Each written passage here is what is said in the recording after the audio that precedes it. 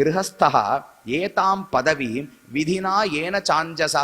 பிரம்மச்சாரிக்கு, சன்னியாசிக்கு, வானப்பிரஸ்தனுக்கும் இன்னென்ன தர்மங்களை கடைபிடித்தால் உயர்ந்த மோட்சமே கிடைக்கும்னு சொன்னீரோ இல்லையோ, அதே பதவியை ஒரு கிரகஸ்தன் அடைய வேண்டும் என்றால் என்ன மார்க்கத்தை பின்பற்ற வேண்டும், அதை எப்படி சரிவர செய்ய வேண்டும். அஞ்சசான்னு சொன்னா நல்லபடி பண்ணணுமோ இல்லையோ, ஒரு மார்க்கம் தெரிகிறது, ஆனா அதை சரியா பண்ணக்கூடிய ஒரு ஞானம் வேண்டும், அதனால் நீர் உபதேசிக்க வேண்டும்னு கேட்டார். அதற்கு நாரதர் சொல்லுகிறார், வாசுதேவார்ப்பணம் சாக்ஷாத் உபாசீத மகாமுனீன் கிரகேஷு அவஸ்திதோ ராஜன் கிரியா குர்வன் கிரகோசிதாக ஸ்ருண்வன் பகவதோ பீக்ஷ்ணம் அவதார கதாமிருதம் ஸ்ரத்ததானோ யதா காலம் உபசாந்த ஜனாவிரதா. முதல்ல அடிப்படையா என்னென்ன நன்மைகள் வேண்டும்னு சொல்லுகிறார். எப்பவுமே ஒரு பெரிய கட்டடம் கட்ட போறோம்னு வச்சுங்களேன், அதுக்கான அடித்தளத்தை, அஸ்திவாரத்தை நல்லா கெட்டியா போடணுமோ இல்லையோ, அதை போல கிரகஸ்தன் மனைவி மக்களோடு சேர்ந்து, சமுதாயத்தோடு சேர்ந்து பலருடைய நன்மைக்காக பல காரியங்களை செய்ய போகிறான். உலகத்தில் என்னென்ன செயல்கள் எல்லாம் பொதுவா நம்மை கட்டுப்படுத்த கூடுமோ அந்த செயல்களை கண்டிப்பா கிரகஸ்தன் செய்துதான் ஆக வேண்டும். மனைவியோட ஒரு ஒற்றுமை இருக்கணும், குழந்தைகளை பெற்றெடுத்துத்தான் ஆக வேண்டும், பணம் சம்பாதித்துத்தான் ஆக வேண்டும், அதை கொண்டு 4 யாகங்களை செய்துதான் ஆக வேண்டும், உலக இன்பங்களை அனுபவிக்கத்தான் போகிறான். இதெல்லாம் பொதுவா ரொம்ப பயங்கரமான விஷயங்கள். இது ஒவ்வொன்றுமே நம்மள சம்சாரத்தில் ஆழ்த்திவிடும். அப்ப அதை எப்படி செய்யணும்னு சொல்லுவதற்கு முன்னால் இந்த பாதையில் பிரயாணிக்கும் போது தவறாக போகாமல் இருப்பதற்கு அடிப்படையில சில நல்ல தேவைகள் நமக்கு இருக்கு. அது என்னன்னு முதல்ல சொல்லுகிறார். ஸ்ருண்வன் பகவதா அபீக்ஷ்ணம் அவதார கதாமிருதம். பகவானுடைய அவதாரத்தை பற்றின கதைகளை தொடர்ந்து கேட்டுக்கொண்டே இருக்க வேண்டுமா. என்னென்ன புராணங்கள், என்னென்ன இதிகாசம் இருக்கோ அதுல பகவான் என்ன எப்படி அவதரித்தார், என்ன பண்புகளை காட்டினார், யாருக்காக அவதரித்தார், எத்தனை அர்ச்சா விக்கிரகங்கள், எத்தனை கோயில்கள்ல பகவான் இருக்கார். ஒரு ரிஷிக்காகவோ அரசனுக்காகவோ பக்தனுக்காகவோ தானே வந்து காட்சி அளிக்கிறார். அந்தந்த ஸ்தலத்தினுடைய மகாத்மியம் என்ன, பகவான் என்ன கதைகள், ஏன்னா அவருடைய பிறப்பு, அவருடைய சேஷ்டிதங்கள் என்பவை நமக்கு எல்லா பாபங்களையும் போக்கும். ஜன்ம கர்மச்ச மேதிவ்யம் ஏவம் யோவேத்தி தத்வதா தியக்துவாதேகம் புனர்ஜன்மனைதி மாமேதி சோர்ஜுன என்று கண்ணனுடைய திருவாக்கு. எவனொருவன் என்னுடைய பிறப்பையும் என்னுடைய கர்மங்களை பற்றியும் தெரிந்து கொள்ளுகிறானோ அவன் திரும்ப இந்த உலகத்தில் பிறப்பதில்லை, என்னையே வந்து அடைகிறான்னு சொல்றார். அந்த அளவுக்கு பகவானுடைய அவதாரத்தை பற்றின ஞானம் பாபங்களை எல்லாம் போக்கும். நம்ம ஒரு சரியான பாதையில வைத்துக்கொண்டே இருக்கும். அப்ப ஒரு தேவை பகவானுடைய கதைகளை கேட்பது. தவ கதாமிருதம் தப்த ஜீவனம் கவிபிரீடிதம் கல்மஷாபகம் ஸ்ரவணமங்கலம் ஸ்ரீமதாததம் புவி கிருணந்தியே பூரிதா ஜனாகான்னு பாகவதத்துல மேல சுகாச்சாரிய தெரிவிக்க போற. தவ கதாமிருதம் தப்த ஜீவனம். இந்த சம்சாரத்துல எத்தனையோ வருத்தங்கள், கவலைகள் நமக்கு இருக்கோ இல்லையோ, அந்த வருத்தங்களை மறந்து ஒருத்தன் கொஞ்ச நாளை சந்தோஷப்படணும்னால் அதற்கு பகவானுடைய கதைகள் உதவுகின்றன.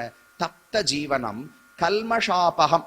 நம்ம மனசுல என்னென்ன பாபங்கள், தீமைகள், விருப்பு, வெறுப்பு, கோபம், பொறாமை என்னென்ன இருக்கோ அதையெல்லாம் மெதுமெதுவாக பிடுங்கி விடுகிறது. கவிபிரீடிதம் கல்மஷாபகம் சிரவண மங்களம். கேட்டாலே பல நன்மைகளை கொடுக்கும். அப்ப உள்ளூர் இருக்கிற வருத்தத்தை போக்குறது, நமக்கு கண்ணுக்கே தெரியாத பாபங்களை போக்குகிறது, இதெல்லாம் கெட்டது விலகுகிறதுன்னு சொன்னார். அதுக்கு மேல ஸ்ரீமது மங்களம்னு சொன்னால் எல்லா நன்மைகளையும் இதையே ஏற்படுத்தி கொடுக்கும். அப்ப தீமைகளை போக்கும், நன்மைகளை ஏற்படுத்தி கொடுக்கும். கேட்கும் போதே ஆனந்தமா இருக்கும்.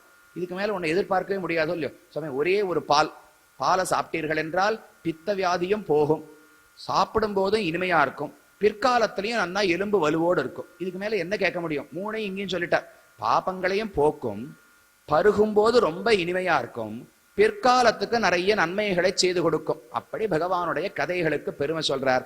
அதோடு கூட ஸ்ரத்ததானோ யதா காலம் உபசாந்த ஜனாவிரதா சத்யசங்காத் சத்சங்காத் சனகைஹி சங்கம் ஆத்ம ஜாயாத்மஜாதிஷு விமுச்சேத் முச்சமானேஷு ஸ்வயம் ஸ்வப்னவத் உத்திதா. அதோடு கூட இன்னொன்னு சொல்லுகிறார். பல நல்லோர்களோடு சத்துக்களோடு சேர்க்கையில எப்போதும் ஈடுபடணும். சத்சங்கம் சத்சங்கம்னு சொல்றோம் இல்லையோ. பகவானுடைய கதைகளை கேட்பது ஒரு புறம், அதே போல பல பக்தர்களோடு சேர்ந்து அவர்களோடு பேசிக்கொண்டு அவர் எப்படி முன்னேறாரு நான் தெரிஞ்சுக்கணும். என் பாதை எப்படி இருக்கு, என்ன முயற்சி எடுக்கிறேன்னு அவர் சொல்லுவார். அவர் தான் அறிவுரைகள் இருந்தா சொல்லுவார். எப்போதும் பகவான் வந்து இப்ப இப்படி பண்ணு அப்படி பண்ணுன்னு சொல்ல முடியாதோ இல்லையோ.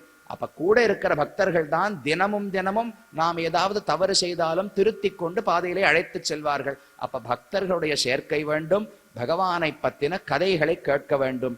இதை செய்து கொண்டே இல்லற வாழ்க்கையில் ஒருவன் ஈடுபட்டானால் மெதுவாக மனைவி மக்களிடம் இருக்கக்கூடிய பற்றை மாற்றிக்கொள்ள வேண்டுமோ. பற்றி இருக்கக்கூடாதுன்னு அவர் சொல்லல. இவள் என் மனைவி, அதனால் அவளை எனக்கு பிடிக்கும் என்று வைப்பதை விட்டுவிட்டு நான் சிறந்த தர்மங்களை பண்ண போறேன், பகவானுக்கு பல தொண்டுகளை செய்ய போகிறேன். தொண்டு செய்யணும்னால் என்னோடு மனது ஒத்து போகக்கூடிய ஒரு துணை வேண்டும். அந்த துணையாகத்தான் பகவான் என்னுடைய மனைவியை தந்திருக்கிறார். அப்ப 2 பேருமாக சேர்ந்து உயர்ந்த தர்மங்களை செய்ய போகிறோம் என்பதில் 10 இருக்கலாமா. மனைவி கிட்ட பற்று இருக்க கூடாதுன்னு சொல்லல. நமக்கு இப்போ ரொம்ப உயர்ந்த ஒரு காரியத்தை பண்றச்சே ஒருத்தர் உதவின்னு இருக்காரு சொல்லுங்க. ஒரு கோவில் கட்டுறோம், இல்ல ஒரு குளம் வெட்டுகிறோம், மரம் நடுகிறோம். அதுல ஒருத்தர் ரொம்ப துணையாக நமக்கு 10 வருஷமா 20 வருஷமா வேலை பார்த்துட்டு இருக்காருன்னு வச்சுங்களேன். திடீர்னு அவர் ஓய்வு பெற்று, சாதாரண நிறுவனத்துல கூட பார்க்கலாமோ இல்லையோ, நம்மளோட ரொம்ப நாளா வேலை பார்த்தவா திடீர்னு விட்டுட்டு போறா, அவர் ஓய்வு பெற போகிறார்னால் அப்ப நமக்கு வருத்தம் இருக்குமோ இல்லையோ. என்ன வருத்தம்? நல்ல காரியம் பண்றச்சே அவர் இவ்வளவு நாளா உதவி செய்தார். மற்றபடி அவரிடத்துல பாசம், அவருக்கு நான் பெரிய நண்பன் அப்படின்னு கூட வேண்டாம். உயர்ந்த காரியத்துக்கு 2 பேர் உழைத்து கொண்டிருந்தோம், அதனால அவர் மேல ஒரு பாசம் வருமோ இல்லையோ. அதை போல மனைவி மக்களிடத்துல பாசம் வைக்கலாமா. நான் தர்மம் செய்வதற்கு, பகவானுக்கு கைங்கரியங்களை செய்வதற்கு எனக்கு கிடைத்த ரொம்ப நெருக்கமான உதவியாளர்கள் இவர்கள் தான். கணவனுக்கு மனைவி, மனைவிக்கு கணவன், 2 பேருக்கு குழந்தைகள், குழந்தைக்கு தாய் தந்தையர். குழந்தை தாய் தந்தையர் எப்படி பார்க்கணும்? என்னை நல்வழிப்படுத்துவதற்கு பகவான் கூடவே வந்து என் வீட்டில் இருக்கிறார். தாயும் தந்தையும் பகவான் நேர வந்து தினமும் நல்லது சொல்ல முடியாது. அப்ப தாய் தந்தையாக இருக்கிறார். தாய் தந்தை குழந்தை எப்படி பார்க்கணும்? இப்போதிருந்தே ஒரு பக்தனை உருவாக்குவதற்கு பகவான் ஒரு வாய்ப்பு கொடுத்திருக்கிறார். நான் பண்ற கைங்கரியத்தில் பங்கு கொள்வதற்கு குழந்தைகள் என்று ஏற்றுக்கொள்ள வேண்டும். அப்படி பற்று வைத்தால் அது எந்த விதத்திலும் தவறாகவே போகாது. ஆத்ம பந்துன்னு சொல்வார்கள். தேக பந்துன்னு சொன்னால் ரத்த சம்பந்தத்தால் வரக்கூடிய உறவு. அதை விட ஆத்மாவுக்கு என்ன இலக்கோ அதை நாம் பொதுவாக வைத்துக் கொண்டால் ஒரு உறவினர் கிடைப்பாரோ இல்லையோ, அந்த பந்துவாக பார்க்க வேண்டும். யாவதர்த்தம் உபாசீனஹ தேஹே கேஹேச்ச பண்டிதஹ விரக்தோ ரக்தவத் தத்ர நிருலோகே நரதாம் ஞசேத். அதுக்கு மேல சொல்றார், ஒரு இல்லறத்தில் கிரகஸ்தாசிரமத்தில் இருப்பவன் கிரகத்திலும் ஊரிலும் என்னென்ன செயல்களை பொதுவாக செய்ய வேண்டுமோ அனைத்தையும் செய்துதான் ஆக வேண்டும். பணம் சம்பாதிக்கணும், அதை கொண்டு வீடு வாசல் கட்டணும், பல தர்ம காரியங்களை செய்ய வேண்டும், மனைவி மக்களோடு சௌஜன்யமா வாழ வேண்டும், பலருக்கு தானம் தர்மம் பண்ணி உதவ வேண்டும், எல்லாத்தையும் பண்ணணும். அப்ப சாதாரண ஒரு லௌகிக ஒருத்தருக்கு சாஸ்திர ஞானமே இல்லை, பகவானை பற்றின ஞானம் இல்லை என்றால் ஒருத்தர் எப்படி சாதாரணமா உலகத்தில் வாழ்க்கை வாழ்வாரோ அவருடைய வாழ்க்கைக்கும் கிரகஸ்தனுடைய வாழ்க்கைக்கும் மேலோட்டமா பார்த்தா வித்தியாசமே இருக்காது. அவர் உலகத்துல ஏதோ ஒரு வேலைக்கு போவார், பணம் சம்பாதிப்பார், மனைவி கல்யாணம் பண்ணிப்பார், குழந்தை பெற்றுக்கொள்வார், அவரை வளர்ப்பார், படிப்பு சொல்லி கொடுப்பார், என்னென்ன விளையாட்டு விளையாடுவார், எல்லாம் பண்ணிட்டு இருப்பாரோ இல்லையோ. அதையே தான் ஒரு ஞானியான கிரகஸ்தனும் செய்ய வேண்டும். ஆனா என்ன வேறுபாடுனால் அவர் அந்த கர்மங்களில் பற்றோடு செய்து கொண்டிருப்பார், ஞானி அந்த கர்மங்களில் பற்று இல்லாமல் செய்து கொண்டிருப்பார். இதையெல்லாம் நான் செய்வது ஒரு உயர்ந்த இலக்குக்காக. பணம் சம்பாதிக்கிறது எதற்கு? மேலோட்டமா பார்த்தா 2 பேரும் வேலைக்கு போற மாதிரி தான் இருக்கும். ஆனா ஒருத்தர் என்ன நினைப்பார்? பணம் சம்பாதித்து அதை கொண்டு நான் இன்பங்களை அனுபவிக்க போகிறேன்னு சாதாரண லௌகிகார் நினைப்பார். ஆனா ஞானி என்ன நினைக்கணும்? பக்தன் என்ன நினைக்கணும்? பணம் சம்பாதித்து அதை கொண்டு பகவானுக்கு ஆராதனம் செய்ய போகிறேன். அவருக்கு ஆராதனம் பண்ணும்போது நைவேத்தியம் கண்டருளை சமர்ப்பிக்கணுமோ இல்லையோ, அந்த நைவேத்தியம் மிச்சத்தை நான் உண்ண போகிறேன். அப்ப பகவானுடைய பிரசாதத்தை சாப்பிட்டு தான் நான் வாழப்போறேன். அப்ப பணம் சம்பாதித்தது நான் உண்ணுவதற்காக அல்ல, தெய்வத்துக்கு பூஜை செய்வதற்காக. அவருக்கு கொடுத்த உணவை நான் மீதத்தை சாப்பிட்டேன்னால் அது சாத்விகமான உணவு, உடலையும் நன்னா ஆரோக்கியமாக வைத்துக் கொள்ள போகிறது என்று கண்ணோட்டம் மாறுகிறதோ இல்லையோ. செய்கிற செயல்கள் அனைத்தும் அப்படியேதான் இருக்கும். சக்தா கர்மண் அவித்வாம்சா யதா குர்வந்தி பாரத குர்யாத் வித்வான் ததா சக்தா சிகீருஷுர் லோக சங்கிரகம். ஏன் இதெல்லாம் பண்ணணும்? அவர் பக்தனாக இருக்கார், எல்லாத்தையும் விட்டுட்டு கிரகஸ்தனாக இருந்தாலும் இது அனைத்தையும் விட்டு விடலாமான்னு கேட்டால் விட முடியாது. ஏன்னா இவர் ஒரு உயர்ந்த பதவியில நல்ல நிலையில இருக்காரோ இல்லையோ, இவரை பார்த்து பின்தொடரக்கூடியவர்கள் ஒரு 4 பேர் 10 பேர் இருக்க மாட்டாளா? நம்ம யாராக இருந்தாலும் நாம என்ன பண்றோம்னு பார்த்து தொடர்வதற்கு ஒரு 4 பேர் நம்மளை சுத்தி இருப்பா. அப்ப நமக்கு உயர்ந்த பக்தி இருக்கலாம், நிறைய வைராக்கியம் இருக்கலாம். அப்ப இனிமே நான் வேலைக்கே போக வேண்டாம் என்று தோணினால் அந்த சமயத்துல வேலையை விடலாம். ஆனா அவ்வளவு வரல, ஆனால் நான் இன்னும் வேலைக்கு போயின்றிருக்கேன், சாதாரண உலக மனிதனை போல் வாழுகிறேன்னால் அதை சட்டுன்னு நிறுத்தி விட முடியாது. பக்குவம் ஏற்படுவதற்கு முன்னால் வைராக்கியம் வந்தது போல நடித்தோம்னால் அது நமக்கே நல்லது கிடையாது. உண்மையா மனசுல வைராக்கியம் வந்து சந்நியாசாசிரமம் ஏற்றுக்கொண்டால் சுவையாக இருக்கும். கார்த்தால மனைவியோட சண்டைக்கிறதுக்காக மத்தியானம் சன்னியாசம் ஏற்றுண்டா என்ன ஆகும்? அடுத்த நாள் மாறி போயிடுமோ இல்லையோ? அப்ப உண்மையா மனசுல வைராக்கியம் வரணும். வந்தால் வேலைக்கு போறதை நிறுத்தலாம், பகவான கைங்கரியம்னு சொல்லலாம், எல்லாத்தையும் பண்ணலாம். அப்படி ஏற்படும் வரை தொடர்ந்து இல்லற வாழ்க்கையில் சாதாரண மனுஷனை போல வாழணும். ஆனால் மனசுல மட்டும் வேறுபாடு இருக்கணும். இது அனைத்தும் பகவானுக்காக நான் செய்கிறேன் என்கிற மாறுபாடு வந்து விடுகிறது. திவ்யம் பௌமம் சாந்தரிக்ஷம் வித்தம் அச்சுத நிர்மிதம் தத் சர்வம் உபபுஞ்சானஹ ஏதத் குர்யாத் ஸ்வதோ புதஹ யாவத் பிரியேத ஜாடரம் தாவத் ஸ்வத்வம் ஹி தேகினாம் அதிகம் யோபிமன்யேத சஸ்தேனோ தண்டமர்ஹதி. அதுக்கு மேல சொல்றார், வயிறு நிரப்புவதற்கு என்ன உணவுக்கு என்ன வித்தம் செல்வம் வேண்டுமோ அந்த அளவுக்கு செல்வத்தை மட்டும்தான் சம்பாதிக்க வேண்டும். அதுக்கு மேல 50 வருஷத்துக்கு சாப்பிடணும்னு கூட யோசிக்கலாம். 50 வருஷத்துக்கு நான் ஆடம்பரமான வாழ்க்கை வாழணும், அப்புறம் என் மகன், அப்புறம் என் பேரன், ஒரு 10 தலைமுறைக்கு நான் சொத்து சேர்த்து வைக்க போகிறேன் என்று சொன்னோம்னால் அப்ப அந்த அதுல இருக்கிற துக்கத்திலேயே வாழ்க்கை போயிடுமே தவிர நாமும் எந்த நன்மையும் அடைய போவது கிடையாது. அந்த செல்வம் நிலைத்திருக்குமான்னு சொல்லவும் முடியாது. எப்பேற்பட்ட செல்வந்தனாக ஒரு ராஜாவா இருப்பார், அடுத்த நாள் ஒண்ணுமே இல்லாம இழந்து விட்டும் இருக்கலாமோ இல்லையோ? ஒரு நாயகமாய் ஓட உலகுடன் ஆண்டவர் கருநாய் கவர்ந்த காலர் சிதகிய பானையர்னு ஆழ்வார் தெரிவிக்கிறார். பெரிய சக்கரவர்த்தியா ஒரு நாள் இருப்பாளாம். 10 நாள் போறதுக்குள்ள என்னமோ எல்லாத்தையும் இழந்து ஊர்ல தெரு தெருவா பிச்சை எடுத்துன்னு வருவாளாம். அவ வரும்போது கையில ஒரு முழு பாத்திரம் கூட இருக்காதான். சிதகிய பானையர், உடஞ்ச ஒரு பாத்திரத்தை எடுத்துட்டு வந்து பிச்சை எடுப்பாளாம். அந்த தெருவில் இருக்கிற நாயெல்லாம் வந்து அவர் கால கவுமா. இதை ஊர் முழுக்க பார்த்து பரிகாசம் செய்யுமா. அப்ப எப்பேற்பட்டவரை எப்படி வேணாலும் ஆளலாம், செல்வம் நிலையானது அல்ல. அப்ப உனக்கு தேவையான அளவுக்கு செல்வத்தை வைத்து கொண்டு மற்றதை பிரித்து மற்றவர்களுக்கு கொடுத்து விட வேண்டும். நாம நிறைய சம்பாதித்து விட்டு நாமும் அனுபவிக்காமல் பிறருக்கும் கொடுக்காமல் சேமித்து சேமித்து வைத்தோம்னால் அது யாருக்குமே பயன்பட போறதில்லை. கடைசியில ஒரு நாள் திருடனோ ராஜாவோ இல்ல யாரோ ஒரு பூகம்பம் பேரலை இதை போல ஏதோ வந்தோ அது அழிஞ்சு போகுமே தவிர நமக்கு ஒரு நாளும் பயன்படாது. அதனால எவ்வளவு சம்பாதிக்கிறோமோ தேவைக்கு சம்பாதிக்கணும். அது அதிகமாக சம்பாதித்தால் அதை பிரித்து கொடுத்து 4 பேரை சந்தோஷப்படுத்தி அதில் ஆனந்தப்பட வேண்டும். அப்படி கிரகஸ்தன் வாழணும்னு சொன்னார். அதற்கு மேல ரொம்ப சம்பாதித்தான்னால் தண்டம் அருகதி ஸ்தேனஹா தண்டம் அருகதின்னு சொல்றார். அவன் திருடன். எவன் ஒருவன் தன்னுடைய தேவைக்கு மிக அதிகமாக சம்பாதித்து வைத்துக் கொள்ளுகிறானோ அவன் திருடன், தண்டிக்க தகுந்தவன் என்று நாரதர் சொன்னார். திரிவர்க்கம் நாதிகிருச்ரேன பஜேத கிரகமேத்யபி ஜஹ்யாத் யதர்த்தே ஸ்வப்ராணான் ஹன்யாத்வா பிதரம் குரும் தஸ்யாம் ஸ்வத்வம் ஸ்திரியாம் ஜஹ்யாத் யஸ்தேன ஹ்யஜிதோ ஜிதஹா. மெதுமெதுவாக எல்லா உலக விஷயங்களிலும் ஆசையை குறைத்து கொள்ள வேண்டும். அதுக்கு என்ன வழின்னு சொல்றார், கொஞ்சம் ஆராய்ந்து பார்க்கணுமா.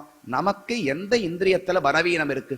எனக்கு ரொம்ப இசையில ஆசை இருக்கா, இல்ல சுவையில ஆசை இருக்கா, இல்ல இதான் நன்னா பார்க்கணும்னு ஆசை இருக்கா, முகரணும்னு ஆசை இருக்கா, தொடணும்னு ஆசை இருக்கா?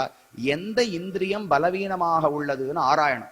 அந்தந்த இந்திரியத்தை கட்டுப்படுவதற்கு முயல வேண்டும். இப்போ நான் 5 இந்திரியம் இருக்கோ இல்லையோ, 5 இந்திரியங்களில் 4 இந்திரியங்களை நன்றாக கட்டுப்படுத்தி விட்டேன், வாயை மட்டும் என்னால கட்டுப்படுத்தவே முடியல இப்படின்னு சொன்னால் அது பிரயோஜனம் கிடையாது. ஒரு பாத்திரம் இருக்கு, இல்ல ஒரு துணி பையில ஒரு தோல் பை இருக்குன்னு வச்சுக்கோங்களேன். தோல் பையில நிறைய தீர்த்தத்தை கொட்டி வச்சேன். அதுல எல்லா இடத்திலும் நன்னா ஓட்டையே இல்லை சுவாமி, ஒரே ஒரு இடத்துல ஓட்டை விழுந்ததா அப்ப என்ன ஆகும்? அது வழியா மொத்த ஜலமும் வெளியில போயிடும். அதே போல 4 இந்திரியங்களை கட்டுப்படுத்தினாலும் ஒரு இந்திரியம் கட்டுப்பாட்டில் இல்லாவிட்டாலும் ஆத்மா அந்த ஞானத்தை இழந்து விடுவார். மறுபடியும் உலக விஷயத்தில் ஈடுபடுவாரே தவிர பகவானிடத்துல புத்தியை செலுத்த முடியாது. அதனால் அவனுடைய புலன்களை அடக்க வேண்டும். நகி அக்னிமுகத்தோயம் வை பகவான் சர்வ யஜ்ஞபுகு இஜ்ஜேத ஹவிஷாராஜன் யதா விப்ரமுகே ஹதைஹி. அதுக்கு மேல சொல்றார், எந்த அளவுக்கு பகவானுக்கு பூஜைகளை செய்வது முக்கியமோ அது எவ்வளவு சந்தோஷத்தை பகவானுக்கு கொடுக்குமோ அதே போல ஏழை எளிய மக்கள் மற்ற வாழக்கூடிய மக்களுக்கு நீ உதவினாய் என்றால் அதுவும் பகவானுக்கு ஒரு சந்தோஷத்தை அளிக்கிறது. குர்யாத் ஆபர பக்ஷீயம் மாசி பிரௌஷ்டபதே த்விஜா. அதுக்கு மேல பல விதங்களா என்னென்ன தர்ப்பணங்கள் பண்ணணும், எவ்வப்போது ஸ்ராத்தங்களை செய்ய வேண்டும், இது எல்லாம் ஏன் முக்கியமாகிறது? நம்முடைய பிதர்களுக்கு நாம் செய்யக்கூடிய செயல்கள். அப்ப இது இருந்தால்தான் அவர்கள் வாழ்வார்களானால் அவர்களுக்காக பண்றோம் நினைக்க கூடாது. பகவான் எனக்கு இந்த கர்மங்களை விதித்துள்ளார், அப்ப செய்வது என்னுடைய கடமை. நிறைய பேர் கேட்பா, சுவாமி எங்க அப்பாவோ தாத்தாவோ மோட்சம் அடைந்திருப்பார், நல்ல பக்தரா இருந்தார், உலகத்துல பற்று கிடையாது, மோட்சத்துக்கு போயிருப்பார், நான் இப்ப தர்ப்பணம் பண்ணணுமா வேண்டாமா? தர்ப்பணம் என்பது சம்சாரத்தில் இருக்கிற ஒரு ஆத்மாவுக்காகத்தானே. மோட்சம் அடைந்திருப்பார், அதனால நான் தர்ப்பணம் நிறுத்தி விடலாமான்னு கேட்டால் நிறுத்த முடியாது. அவர் மோட்சம் அடைந்தாரா, நரகத்துக்கு போனாரா, சொர்க்கத்துக்கு போனாரா, பிறந்தாரா என்பதை பற்றி அல்ல. மகன் தகப்பனாருக்கு தர்ப்பணம் சிராத்தம் செய்ய வேண்டும் என்று பகவான் விதித்திருக்கிறாரோ இல்லையோ, அப்ப நாம் அதை கடைபிடிக்க வேண்டும். பயனில்லாத காரியத்தை கடைபிடிக்கணுமானால் கடைபிடித்த பயனை பகவான் வேற யாருக்காவது கொடுத்துருவார். எங்கப்பா மோட்சத்துக்கு போயிருந்தார்னால் அந்த தர்ம காரியத்தை வேற யாருக்கான பயன்படுத்தி விடுவார். நம்ம மூதாதையர்கள்ல வந்தவர் யாரோ ஒருத்தர் இன்னும் பிறந்து கொண்டிருக்கலாமோ இல்லையோ, எல்லாரும் கண்டிப்பா மோட்சத்துக்கு போயிருப்பான்னு சொல்ல முடியாது. அப்ப யாரோ ஒருத்தருக்கு அது பயன்பட போகிறது. அப்படி யாருமே கிடையாது. என் பரம்பரையில எல்லாருமே மோட்சம் போனாலும் அந்த தர்ம காரியத்தை எத்தனையோ பேருக்கு தர்ப்பணம் பண்ணாம எத்தனையோ பேர் இருப்பாளே, அவர்களுக்கு பகவான் பிரித்து கொடுக்கிறார். அப்ப அவர் எதிர்பார்ப்பது நான் உனக்கு கொடுத்த கடமை. அதை பெற்றுக்கொள்பவர் வருகிறாரா வரலையான்னா பார்க்க முடியாது. அதை நிறைவேற்ற வேண்டியது உன்னுடைய கடமைன்னு பகவான் எதிர்பார்க்கிறார். அப்ப ஸ்ராத்தங்கள் தபசு அதை பத்தி சொன்னார். அதுக்கு மேல தயேதே ஸ்ரேயச காலா நிருணாம் ஸ்ரேயோ விவர்தனாக, எந்தெந்த காலத்திலே நாம் புண்ணிய கர்மங்களை செய்ய வேண்டும். அதுக்கு இப்போ கிரகண காலம், அப்ப ஜபம் பண்ணா உயர்ந்ததுன்னு சொல்றோம் இல்லையோ, அதை போல ஏகாதசி துவாதசி என்று தானங்களை கொடுப்பதற்கு சிறப்பு உண்டு. திருத்தீயாயாம் சுக்லபக்ஷே நவம்யாமத கார்த்திகே, கார்த்திக மாசத்திலே நவமி திதி சுக்லபக்ஷ நவமி அன்னைக்கு தானம் கொடுத்தால் பெருமை உண்டு. இது போல சில புண்ணிய காலங்களை சொல்லுகிறார். அதுக்கு மேல புண்ணிய தேசம், எந்த இடத்தில் புண்ணிய காரியங்களை செய்ய வேண்டும்னால் ஒரு 4 மட்டும் பார்க்கலாம். முதல்ல சொன்னார் பிம்பம் பகவதோ எத்திர சர்வமேத சராச்சரம் தபோ வித்யா தயான்விதம் எத்திர பிராமண குலம் எத்திர எத்திர ஹரேரச்சா சஸ்தேச ஸ்ரேயசாம்பதம் எத்திர கங்காதயோ நத்யா புராணேஷு ச விஸ்ருதாக. கங்கை முதலான புண்ணிய நதிகள், பகவான் பிறந்த இருந்த வாழ்ந்த புண்ணிய க்ஷேத்திரங்கள், அங்கெல்லாம் தர்ம காரியங்களை பண்ணால் உயர்வுண்டு. அதே போல எந்த இடத்தில் பகவானுடைய ஒரு பிம்பம் மூர்த்தி வைத்து பூஜிக்கப்பட்டாலும் அந்த இடத்துக்கு பெருமை உண்டுன்னு தெரிவிக்கிறார். நம்ம திவ்ய தேசம்னு கொண்டாடுறோமோ இல்லையோ, ஏன் அந்த கோவில்களுக்கு ஊர்களுக்கு இவ்வளவு பெருமையினால் பகவான் ஆசைப்பட்டு வந்து உகந்து அருளின நிலங்கள்னு ஆழ்வார் தெரிவிக்கிறார். பகவான் ஆசையோடு வந்து ஒரு இடத்துல குடிகொண்டு இருக்கிறாரோ இல்லையோ, அப்ப அந்த இடத்தில் நாம் ஒரு தர்ம காரியத்தை செய்தால் அதற்கு பெருமை உண்டு. அங்கு போய் பகவானை வணங்கி தொண்டு செய்தோம் என்றால் அதற்கு பெருமை உண்டு. அப்ப தேசம் காலத்தை பத்தி சொன்னார். ஏதே புண்ணியதமா தேசா ஹரே அர்ச்சிதாஸ்ருதாச்சயே ஏதான் தேசான் நிஷேவேத ஸ்ரேயஸ்காமோ ஹ்யபீக்ஷ்ணசா. அடுத்து தெரிவிக்கிறார், தீர்த்த யாத்திரை செல்ல வேண்டும்.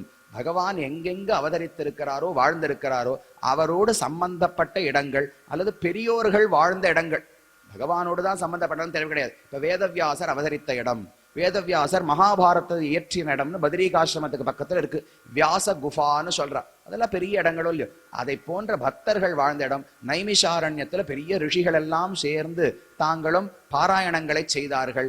மகாபாரதம் பாகவதத்தையே நைமிஷாரண்யத்தில் சொல்லி இருக்கிறார். அதே போல சனகாதிகள் கங்கை கரையிலே ஆனந்தம்னு ஒரு கரை, அந்த கரையிலே தான் 7 நாட்கள் முதலில் பாகவத சப்தாகம் பாராயணம் செய்தார்கள். இதை போல பல உயர்ந்த புண்ணிய பூமிகள் உண்டு. அந்த இடத்தை எல்லாம் தேடி தேடி யாத்திரை சென்று சேவிக்க வேண்டும். அதுவும் ஒரு கிரகஸ்தனுக்கு முக்கியமானது. தேவ ரிஷி அருஹத்சு வை சத்சு தத்ர பிராமஜ ஆதிஷு ராஜன் யத் அக்ரபூஜாயாம் மதஹ பாத்திர தயோச்சதே ஜீவராசிபிராகீர்ண அண்டகோஷாங்கிரிபோ மகான் தன்மூலத்வாத் அச்சுதேஜ்யா சர்வ ஜீமாத்ம தர்ப்பணம். இப்ப மறுபக்கம் சொல்லுகிறார், பகவானை சந்தோஷப்படுத்தணும்னா அவருக்கு பூஜை செய்யலாம். அதே சமயத்தில் மக்களுக்கு நீ செய்யக்கூடிய உதவிகள் பூஜைகளும், அதுக்கு பூர்த்தம்னு பெயர். இஷ்டம் பூர்த்தம்னு 2 உண்டு சாஸ்திரங்களிலே. இஷ்டம்னு சொன்னா தேவதையை குறித்து செய்யக்கூடிய பூஜைகள், பூர்த்தம் அப்படின்னா மனிதர்களுக்கு செய்யக்கூடிய உதவிகள். இஷ்டாபூர்த்தம் பகுதா ஜானம் ஜாயமானம் விஸ்வம் பிவர்த்தி புவனஸ்ய நாபிகின்னு வேதம் சொல்லுகிறது. இஷ்டாபூர்த்தங்கள் அனைத்துக்கும் நாபியாக ஆணி வேறாக பகவான் தான் இருக்கிறார். அப்ப உலகத்துக்கே அவர்தானே மூலம். அதனால இப்ப என்ன சொல்றார், அவரை ஸ்தோத்திரம் செய்யணும், அவரை மகிழ்விக்கணும்னால் மக்களுக்கு எத்தனையோ கைங்கரியங்களை பண்ணலாம்.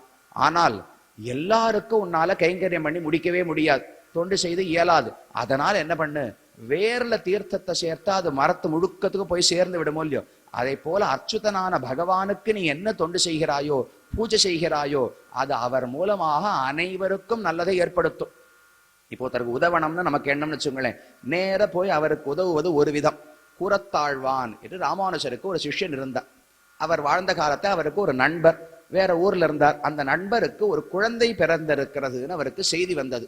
வந்த உடனே நாம் என்ன சொல்லுவோம்? உடனே கைபேசி எடுத்து அவருக்கு அழைத்து, ரொம்ப சந்தோஷம், குழந்தை நன்னா பிறந்ததா, எல்லாரும் சௌக்கியமா, என்ன பேர் வச்சிருக்கேன், நன்னா இருக்கணும், என்னுடைய ஆசீர்வாதங்கள் எப்போதும் இருக்கட்டும், நல்லா ஞானம் பக்தியோடு வளரட்டும் என்று எல்லாம் சொல்லுவோமோ இல்லையோ. அவர் இது எதுவுமே பண்ணல. அந்த குழந்தைய போய் பார்க்கவே இல்லை. நேர ஸ்ரீரங்கத்துல கோவிலுக்குள்ள போனார். பகவானுக்கு முன்னாடி நின்றார். அந்த குழந்தை ஞானத்தோடு பக்தியோடு ஆனந்தமா இருக்கணும்னு பிரார்த்தித்தார். ஏன் சாமி, இதை நேர போய் அங்கேயே சொல்லியிருக்கலாமே, அப்பா அம்மாட்ட சொல்லியிருக்கலாமே. என்னால் இவர் சொல்ற வார்த்தையால் நடக்க போறதா, பகவானுடைய கருணையால் நடக்க போறதா? அப்ப அவருக்கு எண்ணம், நாம் பிரார்த்தனையை வைக்க வேண்டியது பகவானிடத்தில். அவனவன் தர்மத்தோடு நடந்து கொண்டு தன்னுடைய பிரார்த்தனையை பகவானிடத்தில் வைத்தால் அந்த ஒரு பிரார்த்தனைக்கு பலம் உண்டோ இல்லையோ. இத்தனை பக்தர்கள் சேர்ந்து ஒரு விஷயத்தை ஆசைப்பட்டால் அதை உண்மையாக்கணும்னு பகவானுக்கு ரொம்ப ஆசை இருக்கும். அவருக்கு ஒரு பக்தன் வார்த்தையை சொன்னாலே உண்மையாக்கணும். பிரஹ்லாதன் சின்ன பிள்ளை பார்த்து இந்த தூணுக்குள்ள இருக்கார்னு சொன்ன உடனே அதிலிருந்து வெளியில வந்தாரோ இல்லையோ. பாகவதத்தில் தெரிவிக்கிறார், சத்தியம் விதாத்தும் நிஜபிருத்திய பாஷிதம். அவர் எதற்கு அங்கு வந்தார்னால், எந்த தூண்ல வந்திருந்தாலும் நிசம்ம பெருமான் ஹிரண்யகசிபு அழித்திருக்கலாம். ஆனா எந்த தூணை பிரஹ்லாதன் காட்டினானோ அங்கு தோன்றினால் மட்டும்தான் அவன் வார்த்தை உண்மையாக ஆகும். ஏன்னா அவன் சொன்னது பகவான் எங்கும் இருக்கிறார், எங்குமுளன் கண்ணன்னு பிரஹ்லாதனுடைய வார்த்தை. அப்ப இந்த தூணிலும் இருக்கிறார்னு கை காட்டின போது வேற ஒரு தூணிலிருந்து வந்தால் அப்ப பகவான் ஹிரண்யகசிபு அழித்தார். ஆனா இந்த தூண்ல அவர் இல்ல போல் இருக்கு, பிரஹ்லாதன் பொய் சொன்னான்னு ஆயிடுமோ இல்லையோ. அதனால அந்த தூணிலிருந்தே பிறந்தாராம். அந்த குழந்தையினுடைய வார்த்தை பொய்யாக கூடாதுன்னு பகவானுக்கு ஆசை. அப்ப எல்லாரும் சேர்ந்து பகவானிடத்தில் பிரார்த்தித்தோம், உலக நன்மைக்காக பிரார்த்தித்தோம்னால் அதை பகவான் நடத்தணும்னு கண்டிப்பாக ஆசைப்படுவார். அப்ப உலகத்துக்கெல்லாம் நல்லது பண்ணு, பகவானுக்கு ஆனந்தம்.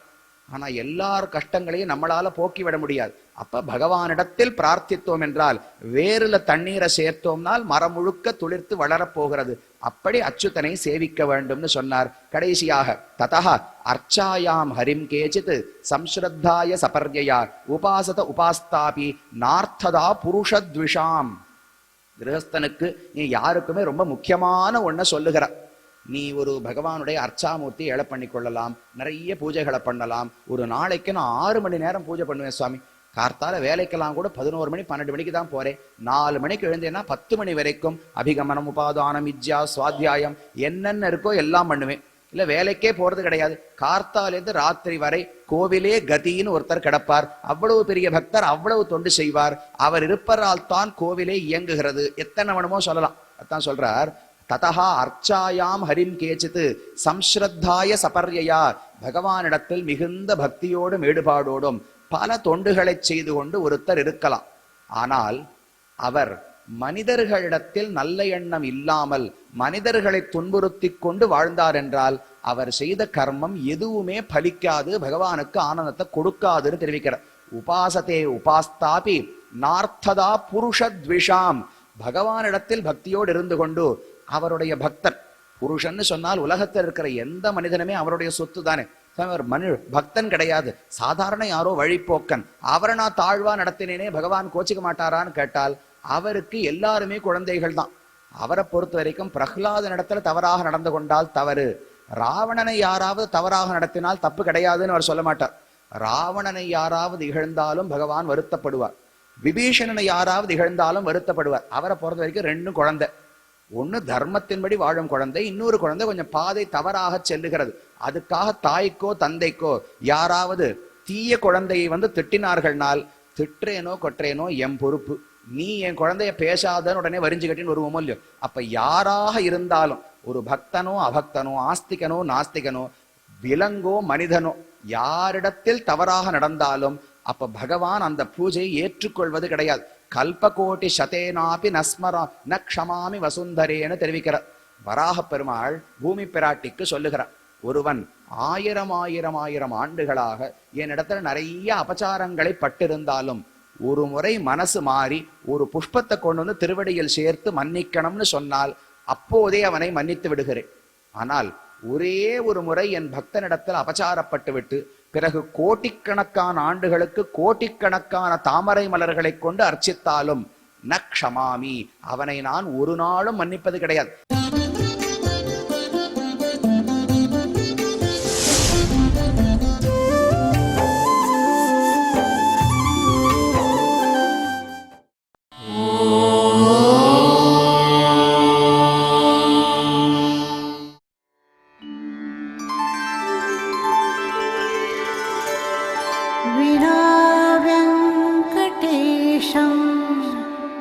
ननाथो ननाथः सदा वेङ्कटेशं स्मरामि स्मरामि। हरे वेङ्कटेश प्रसीद प्रसीद।